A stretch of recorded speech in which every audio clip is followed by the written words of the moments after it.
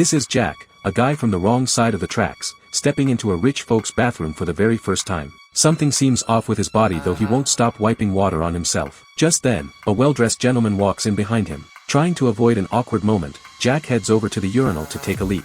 But the next second, he's peeing straight up onto the ceiling. The weird thing is, he doesn't seem surprised at all. You see, in this world, the lower class where poor folks live and the upper class where the rich reside are two completely separate and opposite worlds. Jack had used a clever trick to flip himself upside down and sneak into the upper world, but his pee still flowed in the opposite direction toward the lower world where he belonged. Just then, his urine streamed across the ceiling and hit a smoke detector, setting off the alarm. Jack bolted out of there as fast as he could. The next day, Jack was back at work in the company's lower-class office area, focused on his research. Suddenly, the company bell rang. The boss demanded all employees from both levels stand up, announcing that someone had broken the rules and would be fired immediately. Jack's heart sank. They must have found out about his little adventure in the upper world yesterday. But to his shock, the person getting canned was his good buddy John. Before leaving, John slipped Jack his access pass. Now Jack finally had a legit way into the upper world. That he quickly called Kelly, the goddess from the upper world, and asked her out for dinner that night. Jack then stuffed antimatter material into his clothes and put on anti-gravity shoes to reverse his gravity,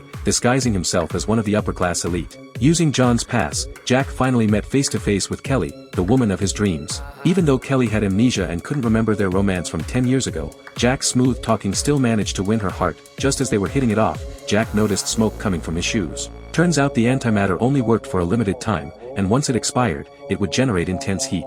With no other choice, Jack made up an excuse to leave. Looking at his feet that were literally on fire, Jack sprinted toward the bridge and jumped into the ocean. He quickly stripped off all his antimatter gear underwater. But the next second, Jack shot up out of the water, soaring through the clouds before plummeting back down to the lower world where he belonged.